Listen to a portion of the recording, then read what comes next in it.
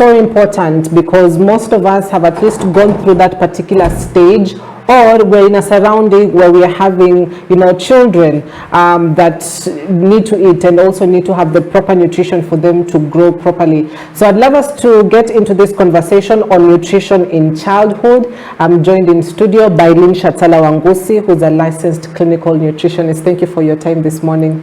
It's a pleasure. Right, and last time you were here, we did the pregnancy, nutrition in pregnancy, and we talked about, from the moment a woman, conceives all the way to the stage where she gives birth. And now we're getting into, we're sort of picking up from there, from that point where the mother has, just given birth and she's holding, her 1 day old child, and it now turns into a different stage of childhood. So perhaps we can start by just defining what the childhood age is. Is it from what point to what point do we say, oh, now this is a childhood stage? Okay, so when we're thinking about when a mother gives birth, we're looking at infancy stage up to, we can say, around 9 months. Yeah. But people try to assume that the tinier the baby, the more infant. But when we're looking at things from a clinical perspective, we look at childhood all the way from 0 to 5 years of age. But now in nutrition, we like to categorize. We like to take 0 to 2 years. Then now we deal with from 2 years to 5 years, because we think that at this stage it's when the nutrition is very critical for the child. When they grow up, the way things turn out for them in the nutrition perspective is going to strongly depend on how the foundation of nutrition was set at these early ages. And you mentioned something important about the foundation of nutrition, because when the child is still in the mother's womb, they solely depend on the mom, what the mom eats and what the mom feeds, and you are able to take us through what they're supposed to eat all through the 9 months. Now we're having somebody that has been born, and there's always that first step of the mother just breastfeeding the child. How important is it for a mom to ensure that they fully and excessively breastfeed their child? Okay, so what the government has done and what all hospitals are trying to do at the moment, I may have mentioned this last time, but I think it's important in this particular session, is immediately a woman gives birth, they ensure that in the first hour after birth that the baby is attached for breastfeeding. This is because we want the mother to start producing milk as soon as possible. And for other mothers it may take some time. For other mothers it doesn't happen on as immediate as having the baby. Others it may take maybe a few days, but we try to ensure that the baby is attached as soon as possible. The baby is attached so that they can start breastfeeding, and it may take some time, but the milk will come. So you get that let's say a mother gives birth right now, and in 1 hour the baby is attached to start breastfeeding. We all know that colostrum is a very important aspect of beginning breastfeeding, because it's the one that carries all the important benefits of the baby. It has all the important nutrients, it has all the protective immunity aspect that is important for the baby. So we insist that a mother should start breastfeeding as soon as possible, and nurses really try to make this work. The moment the mother gives birth and they have the baby and the baby is all wrapped up, the moment the mother is able to sit up, they start breastfeeding as soon as possible. So nurses are really playing a vital role in ensuring that 1 hour attachment of the baby after birth happens. Right. What is the longest period a mom can go without having breast milk? I wouldn't say we would have an exact number of how long it would take, but it varies. It varies depending on very many other factors. To some people it takes a day, to others it takes 3 days, to others it may go as far as 4 or 5 days, and it usually becomes an even bigger issue when it's a preterm baby, when you get a baby at 7 months, because the whole body had not seen this coming. So we get for preterm mothers, most of the time it is an issue that is keeps recurring, you know. But for people who like have term babies at 9 months, then it's easier for them to like start breastfeeding as soon as they can. But this solely depends. We can't really say that there is a maximum number of days, because I really don't think we go so much into trying to capture the number of days that people go through, but it varies from person to person. Right. Yes. Now, because I've seen instances where, you know, a baby is born so tiny, but after a couple of months, due to just exclusive breastfeeding, the child becomes sort of, you know, a huge baby, and you're like, the difference is, you know, quite clearly seen. So what is in the breast milk that really, you know, facilitates the growth of a child? Okay, so breast milk literally has everything the baby needs. If we look at our diet as adults, we have the carbohydrates, we have the proteins, we have, so basically breast milk is everything that is in the woman's body. So the moment a lactating mother is eating, everything that she's eating is going to go into the breast milk to the child, you know, because you mentioned when we were beginning that the baby was solely depending on the mother when she was, when the mother was expectant. But this continues through exclusive breastfeeding, because the baby is not eating anything. The baby is not taking water. The baby is still solely depending on the mother, because if the mother's diet is deficient in certain nutrients, then the milk is going to be deficient in those nutrients. Then this means this baby is more likely to be predisposed to a deficiency of the specific nutrients that are lacking in the lactating mother's diet. So we try to encourage mothers that throughout this stage, they still continue like feeding for 2, because the nutrients they lack is the nutrients the baby is going to lack. So that part is very important, because the baby still depends on the mother for the nutrients, and the milk has everything. And that's why we encourage mothers that the moment a mother says, my child was thirsty, that is not a scientifically proven. The baby cannot be thirsty, you know. Breast milk originally in its form, it's already liquid, you know, and it contains enough water that this baby needs. The moment during the first 6 months, we say during the first 180 days of life, a baby should be exclusively breastfed. And we understand that we are in an era where we have working mothers and all that, you know, and some people tend to practice mixed feeding, where they breastfeed, and then when they are not around the house, the mother, the person who's taking care of the child now uses milk formulation such as NAN and all that. But we try to encourage them. You see, right now we have technology that has enabled mothers to be able to express breast milk and store it for refrigeration. And you know, based on our economic status, we are at different places. There are people who can't really afford NAN every day, because NAN is a little bit on the pricey side. Okay, not NAN specifically, like all these milk formulations that are used, they're not really cheap. It's not really, we can't say they're affordable in Kenyan terms for most of us, you know. So at this rate, we need to consider that breast milk is readily available.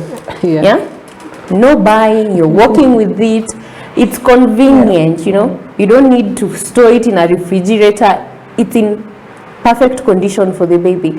So when parents are like looking at breastfeeding, and especially when we were dealing with a lot of teenage pregnancies, you know, young girls have these ideas, these myths, and all these thoughts around how, if I breastfeed my child, how is it going to make my body look, you know. But at the end of the day, if you want to lose all the baby fat that you gain during pregnancy, the best way to do is to breastfeed. You know, it is a method it is used as one of the methods of weight loss that you gain during pregnancy. So if it's about thinking about getting that perfect figure, then breastfeeding would be like your one way to go. Nice.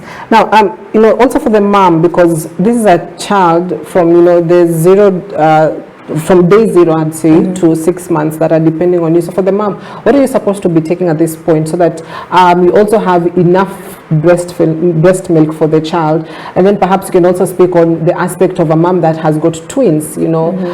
Feeding one baby is one story, but feeding two also is a different story as well. Yeah. Okay, so I'd like to first to talk about the issue about what the mother should eat. When we were going through the session on nutrition in pregnancy, we mentioned how it's important to have a diverse diet and how it is also important to eat in the amounts that are needed for you to like be able to provide for the body, for your body and that of your baby. Now when we go into lactating, the needs go even higher.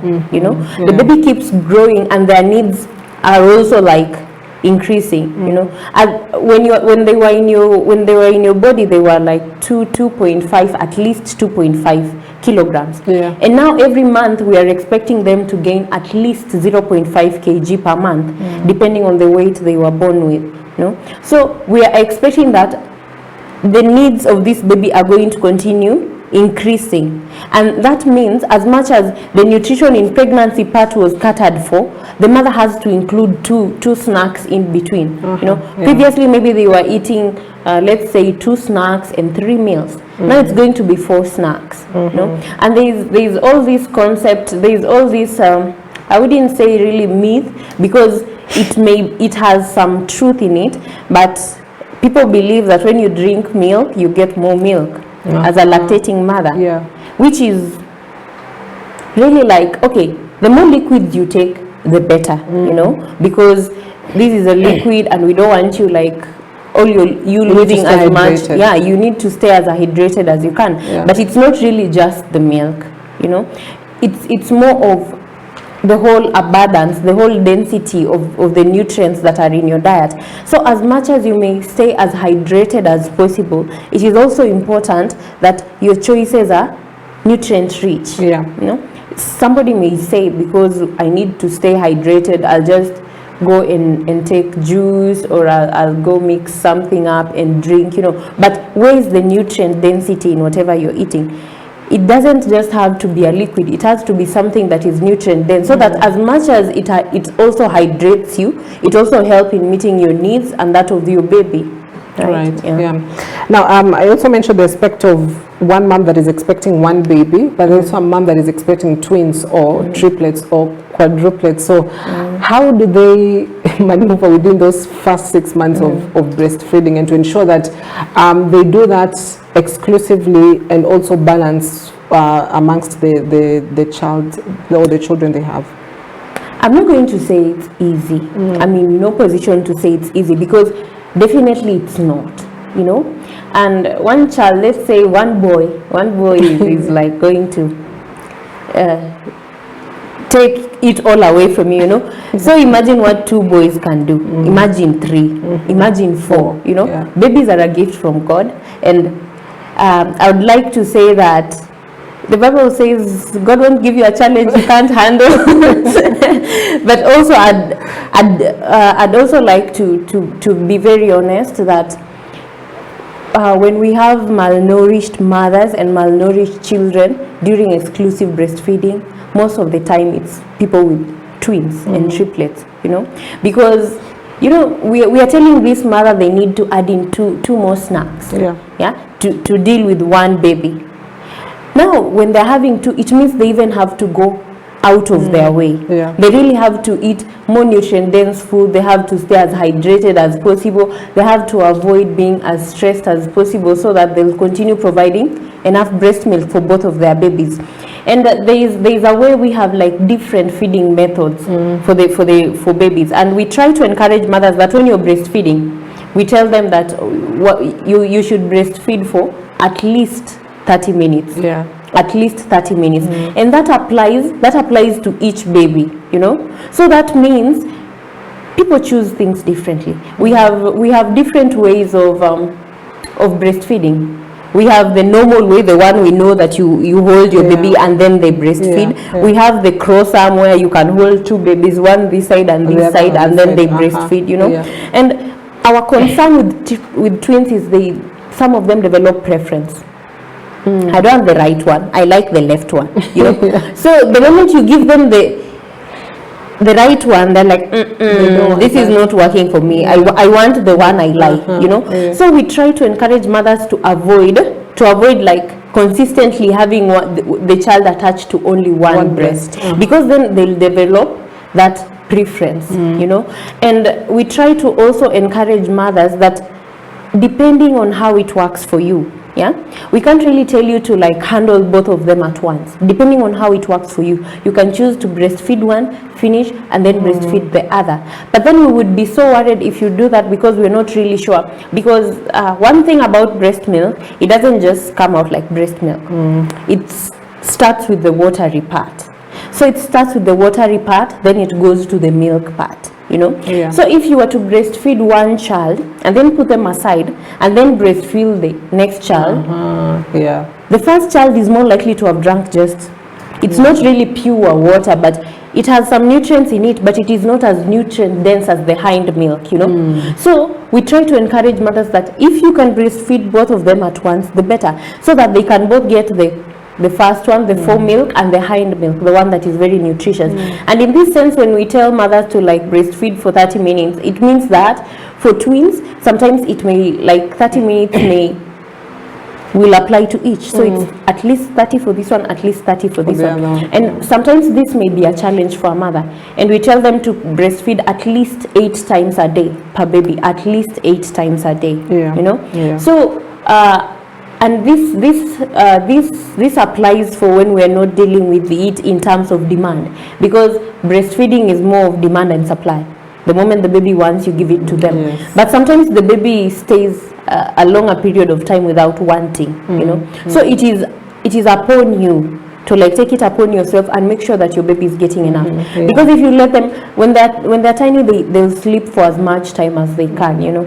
So if you let them sleep in a lot and then breastfeed 2 times for 30 minutes each, it's not really helping us gain the amount of nutrients we'd want this baby to gain. So we encourage them that the more babies you have, the more nutrient-rich foods you need to take, you know. And because we get instances where one baby looks healthier than another one, you know, and it's not really, we can't really say it's the mother's fault, because as much as it's the mother breastfeeding, it is also upon us, the caregivers and the support system, to ensure that she has all the information she needs to know how she's going to tackle it. Right. I've had scenario and cases where moms say, you know, their breast is paining when they go for a long time without breastfeeding. You'd hear them say the breast is painful, or sometimes it's leaking. How do we explain that? Okay, so when we initiate breastfeeding in the first 1 hour, we're basically telling your body, we have a baby now. You need to start pumping us with milk. So you've been home, maybe you had a maternity leave, and 3 months or 4 months you were home taking care of your kid. Now you have to go back to work. It's going to take a whole new adjustment. Yes, definitely. If you are breastfeeding your baby exclusively, definitely milk is going to leak, you know, because it's, when you breastfeed 8 times a day, we are assuming at least after every 3 hours. So the moment it's 5 hours and you haven't breastfed, your mind is telling your body to produce breast milk. It doesn't know you've gone back to work. It's not like a switch we flip, you know. So the leaking is that is a part that everyone has to get to, because it happens, you know. So what we encourage mothers is, working mothers, if you can't have your baby at that time at work, then express your breast milk. We have all these companies that are producing these breast pumps, of which you can just express your breast milk, store it, and then put it somewhere. And most companies are actually like being encouraging mothers that are breastfeeding to come to work by having those rooms where they can express breast milk and everything. So this actually revolutionizes. Yes, it revolutionizes. So it does that, you know. It changes the whole way we look at things. So I strongly believe that if companies can take this up, then that is the way we are going to deal with this, you know. They're going to get a space where they can express breast milk. They're going to get a space where they have a fridge and they can store their breast milk until when they go home, then it can be used the following day, you know. So the leaking part, I think this is a part that every mother goes through yes. the moment they leave their baby at home, or the moment they go without breastfeeding their baby. Right. True. Okay. Now, now that we've talked much about breastfeeding, which is exclusive breastfeeding for that matter, for from the infancy stage all the way to about 6 months. Now, let's talk about a baby that is now post 6 months, from now the 7th month. You said, childhood goes all the way to 2 years. So I'd love us to go through those stages. Now, from 6 months, we know you're now trying to introduce like a meal plan for this child. Perhaps they'll take the breast milk and something else. Where do you need to start from after your baby has clocked 6 months? Okay, so we try to encourage mothers that when they start complementary feeding, they start it at 7 months, so that the first 6 months, which are the first 180 days of life, the baby exclusively breastfeeds. And when they're starting complementary feeding, for most mothers, I think they usually worried about what exactly they should take, and how often they should give it, and how much should I reduce breastfeeding. Remember that before we got to complementary feeding, we were doing exclusive breastfeeding with breastfeeding for at least 8 times a day. Yes. And when we go to 7 to 8 months and we're introducing these feeds, we are still at 8 breastfeeding sessions a day, So the complementary is complementing the milk, So 7 to 8 months, it's the food complementing the milk. But as we go, we'll get to a point where it's now the milk complementing the food, because now we want to, children basically should be breastfed up to 5 years. But most of us know that it ends at 2 years, because we try to get done with that as much as possible. And you and I can both agree that when we were going to, at that time it was nursery school, and you were still breastfeeding, you would be you wouldn't want anybody to know, So most people try to say it's 0 to 2 years, but it's 0 to 5 years. So when we at 7 months, when we are introducing food, we try to encourage mothers to feed the baby at least 3 times in a day. And in these 3 times in a day, we are starting with as low as 2 tablespoons per session. Just 2? Yeah, exactly. And I know, coming from the Kenyan community and the way we associate as eating as much food as possible as being healthy, when you tell a mother that, the mother comes to the clinic and they're complaining, my baby just takes 2 tablespoons and I just started complementary feeding, what should I do? 2 tablespoons is pretty much okay. The tablespoon? The tablespoon, the one we eat with, not the teaspoon, the table, not the serving spoon, the tablespoon, 2. That is how we are starting. 2 to a maximum of half a bowl each time. And at this sense, okay, I would say this cup is maybe 200 mils. So by the end of our 7th month, we are trying to say half of this cup, So mothers really have this idea that when I start complementary feeding, it's just me pumping the baby with food, which is not really the case. The food is complementing the milk. Yes. So the baby is still breastfeeding the 8 times a day they used to breastfeed. But now you're just adding meals in between, because at this stage, there is no way the food of the child is going to cater for all the nutrient needs they have. That is why breast milk, because it has everything, comes in as the problem solver, That's why we keep encouraging mothers to continue breastfeeding up to 2 years, so that in case there are any nutrients that this baby is missing in their diet, because they're being picky eaters, or because they are mostly things they can't eat, then they can make up for it through the breast milk. Okay, right.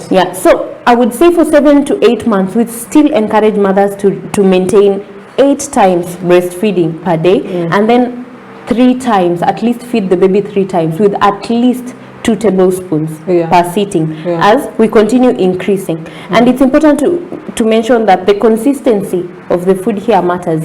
This baby is just coming from a place where they were just taking breast milk, which is so so liquidy. Yeah, it doesn't have the high viscosity, so it's not so thick. So when we try to introduce food that are we improve the thickness as we continue with the breastfeeding and as the baby grows. Yeah. And I would also like to mention that as much as we are trying to increase the thickness of the food as we go along, starting with tea is like out of the picture. Yeah? No tea. Yeah. Coming from a Luya community, I mean no tea. You know, we are not like in the place where, because tea is almost similar to breast milk in consistency, then we are thinking that tea would be the perfect thing to start. We even encourage mothers, the earliest you can give your baby milk is from 1 year, 1 year and above. A child below 1 year shouldn't even be taking tea. They can take milk, that we support, but above 1 year is when they start taking tea. And when people are starting complementary feeding, they usually with these cereals. The cereals, they like pumping their babies with cereals because you can mix it with milk. And then the mother says, I give my baby this in the morning because it makes them full. Weetabix, you mean? Yeah, things like Weetabix, all that. Like the list is endless. Cerelac. I think Weetabix is the most famous one. And you know, a mother says, I give my baby that so that they get full. But is that really a good thing? When we're starting complementary feeding, do we want your baby to be full? You know, Weetabix clearly mentions, the company mentions that it should be given to children above 2 years. It's written. We don't like to read. We don't want to take our time to read through things. But Weetabix mentions that it should be taken after 2 years. But we give it to our 8-month-old babies anyway, because when we put it in milk, it's so slurry and we feel like this is the right food. But something like Weetabix is very rich in fiber. That's why it's good, even for people who are like planning to lose weight, because it has no packed calories. It is mostly fiber. And what does fiber do? Fiber goes to the body and tells the body we are full. And remember, we're just starting complementary feeding. We want this baby to get as much nutrients from different places as possible. So we want them to eat as much food from different places as they can. But then Weetabix tells them, you know what? Your body is full. So when Weetabix writes in their packets that it's for children above 2 years, they're doing it coming from a place of knowledge, you know, a place of understanding. So if only mothers would get the concept, Weetabix would not just say it's for children above 2 years because they want children above 2 years to have more fun, you know. So when a company like advertises their product, when mothers are buying it, the first thing they should do is to read like, what is this company saying? Because it means that they are coming from a point of knowledge. So when Weetabix says it's above 2 years, then it's above 2 years. And most people go ahead and say that when you're starting complementary feeding, we start with porridge. I think everybody starts with porridge, which is okay. But then we get our porridge and we mix the silver sardines, the omena. We want to put in soya beans. We want to put in, I don't know, even people actually put green grams, you know. Like people are really being adventurous, you know. And then you tell them, do you take that porridge? No. Ni ya mtoto. So why would a child have to go through all that trauma? And you yourself cannot. And you cannot. You see, when we are doing research relating to children, we always like, if it's developing porridge flour, we give it to the mothers to be the ones that taste, because they know how their children would prefer it. But then mothers are going ahead to make the porridge flour differently for the child and differently for the rest of the household, because they are the ones who don't want to take omena in their porridge, but they want the baby to take omena.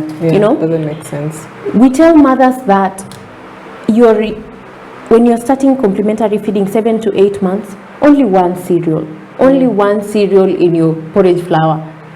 It's not about the more the merrier, the less the better, because the digestive tract of the baby is still developing. They're coming from a point of having exclusive breast milk, and then you want to put in green grams, soya beans, omena, and then the body is wondering what's happening. And this is why we get so many instances of children having issues with their digestive tract. They're having diarrhea and stuff like that. Mostly because their intestines are not yet so built to handle so much. That's why when we are starting complementary feeding, we are starting with as low as 2 tablespoons. And in these 2 tablespoons, we don't want you to mix as many things as possible. So 7 to 8 months, we tell mothers, 1 cereal is enough. If you choose to start with maize flour, that's okay. If you choose to start with Wimby, that is okay. But one, don't mix. You know, as we continue, we are going to get to a place where you say 2 cereals. 9 months, 11 months, 12 months, you can use 2 cereals. No problem, okay?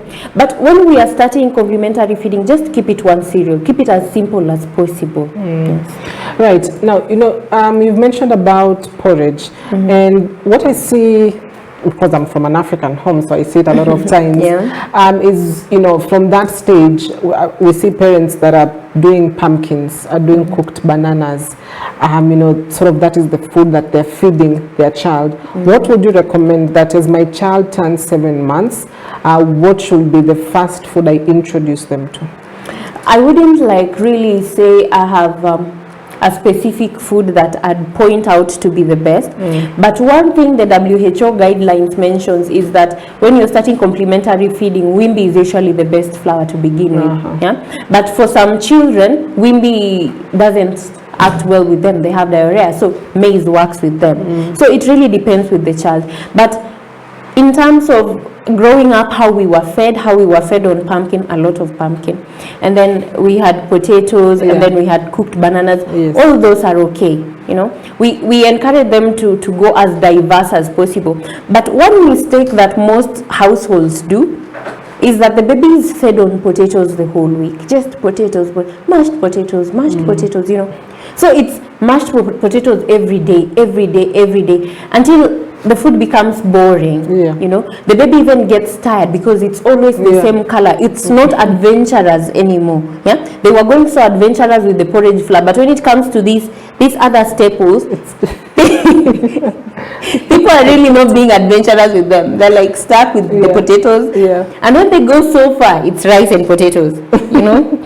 But nowadays we encourage mothers that we have to think broadly. Having worked at Kisumu, we get, when other people are like really complaining about not knowing what to feed their children, people in Kisumu actually like have gone the miles. You know, they have omena in plenty, and actually they have the fresh ones, the ones that have not been deep fried, very soft. When you cook them, they are so soft, the baby would just go through with them. But I'm not saying like this, we are now doing this for the rest of our lives. You know, we also, despite that, and when we come to somewhere like the Luya community, they are very well known for their vegetables, you know. Very many indigenous vegetables. We have the likes of mrenda, we have the likes of nderema. You know, these slimy vegetables that go down your throat without you actually needing to chew. Now this is where the baby comes in, very happy. They're not even putting in the work anymore, you know. So as much as we may think we are limited in terms of the foods that are available to us, the foods are right before our eyes, but we just choose to close our minds to them, or we choose to be so careful that we are actually denying our children from things.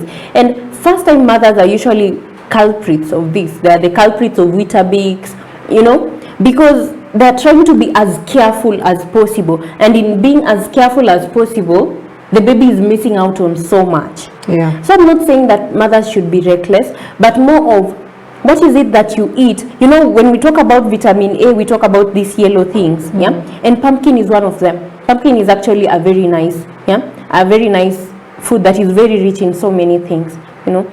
But how do we bring this out? How do we prepare it for the baby so that they are eating more than one food group without actually mixing a lot, you know? So as much as we encourage mothers to introduce food slowly, one at a time. When it gets to a point and you know your baby likes carrots and they like potatoes and they like mrenda, now you know you can be adventurous with those, you know?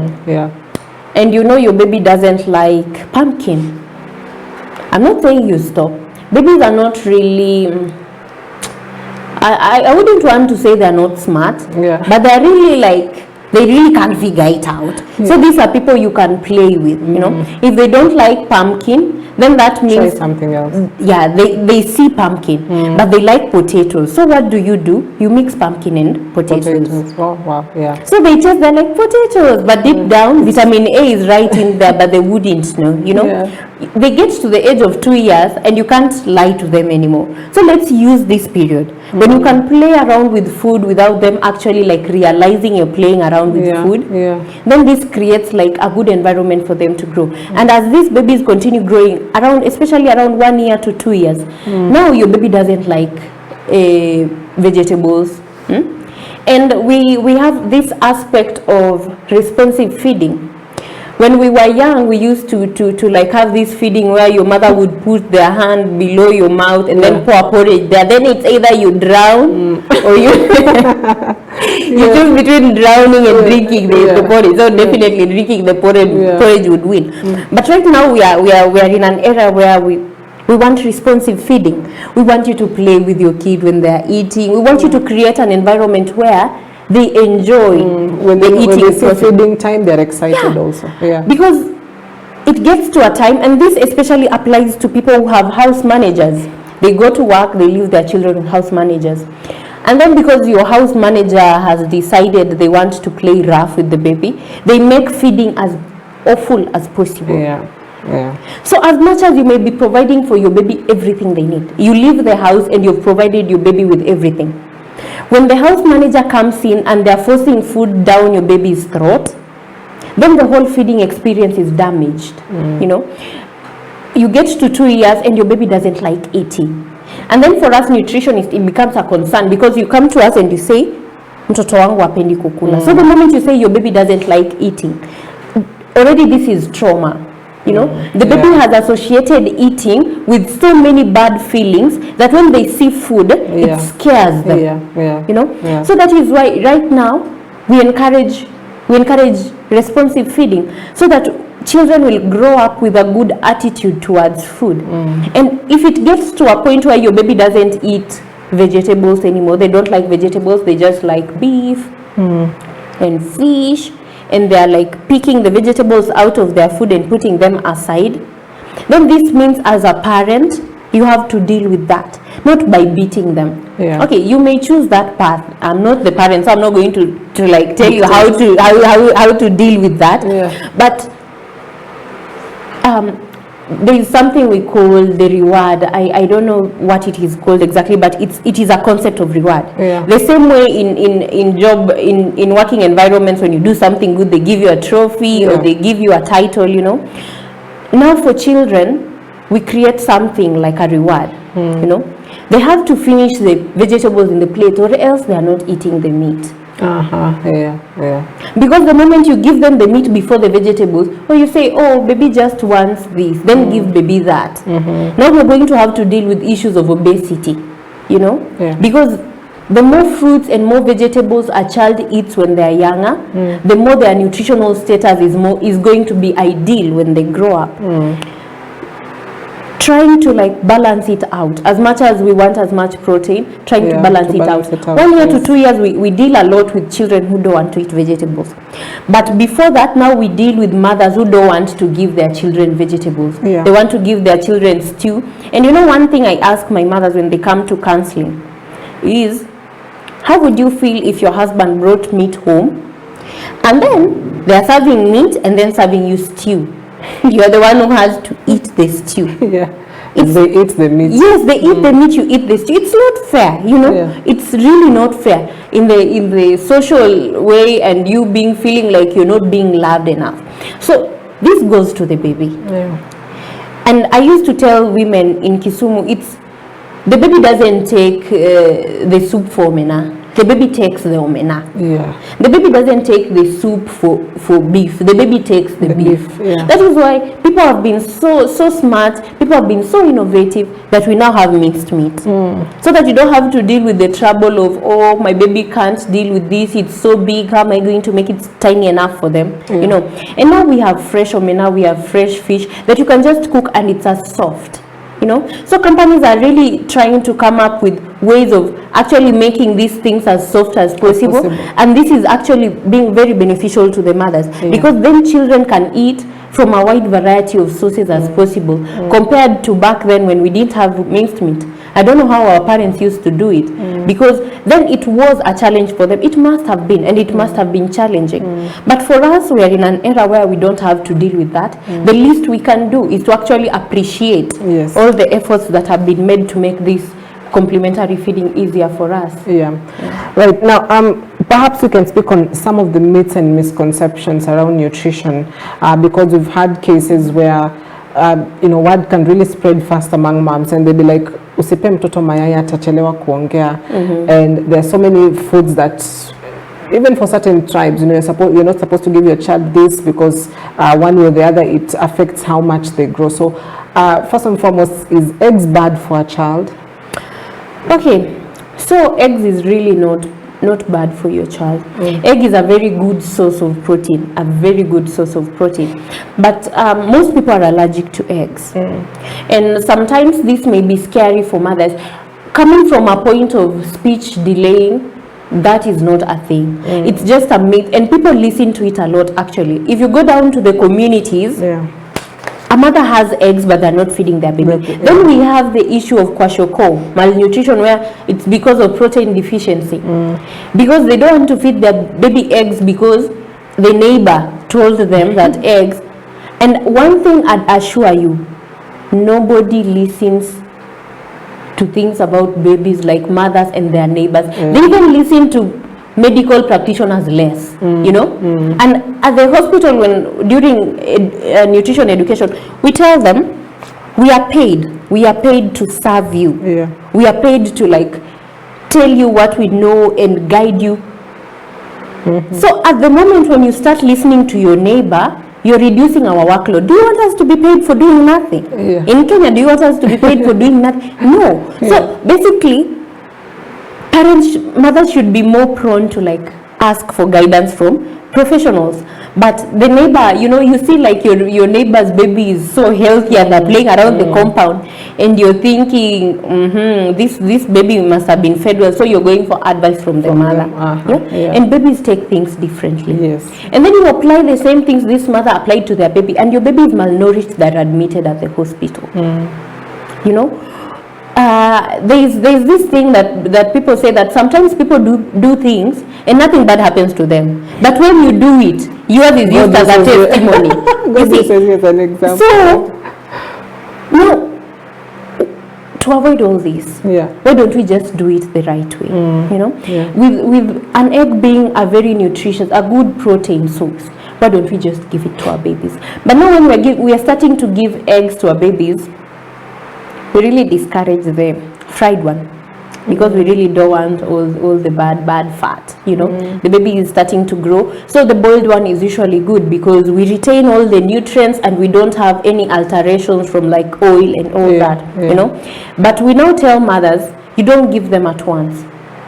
When you're starting to give your baby the egg, you start with the white part. You give them the white part, watch out for like 2 days. Then the next time you make an egg, give them the yolk. Watch out for like 2 days, so that you see if your baby is reacting to it. Because some babies are okay with the white part, but they react to the yolk. And some babies are okay with the yolk, but they react to the white part. So the only issue we have with the egg is that some people are allergic to it. And for us to identify the children that are actually allergic to it, then it means that we have to introduce it in the different parts that it has, so that we know, is my baby allergic to this? And if they are, then you find another option. But when you give your baby, egg, the full egg today, and then at lunchtime you give them minced meat, and then in the evening you give them fish. I know I said we'd be adventurous, but then when this baby has an allergic reaction, you don't know what is causing it. You'd be stuck, because you don't know really, is it the egg, is it the meat, is it the fish, you know, because all these three things people are allergic to. So when you're introducing protein, once you know what works for your baby, you can incorporate it to other things. But before you know that, try using it only. Once I've known my baby is okay with egg, I use it. Then next time, now in the same day, I can also use beef. So that when they react, I'll know it's the beef, because I had already tried out the egg and the baby was okay with it. Right. Let's speak on the malnutrition aspect as well, because you have instances, perhaps a mother who's listening to you now and she did something wrong when the child was 6 months, already started incorporating food, or the baby is missing something and they've been declared malnutrition, can this be reverted back to, oh, she or he was malnutritioned, but now they're nutritious? Can it be reverted? Okay, so we have two types of malnutrition. We have acute malnutrition and we have chronic malnutrition. And as the name suggests, chronic is chronic.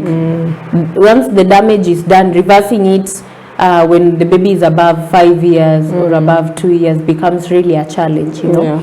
But goodness is, it's not really good, but the goodness is when you're malnourished below 2 years and we reverse it and you're okay, now you're properly nourished, and you don't keep having bouts of malnutrition. You know, it's so different when you have a malnutrition case until you're admitted at the hospital. We discharge you, then 1 month later you're back.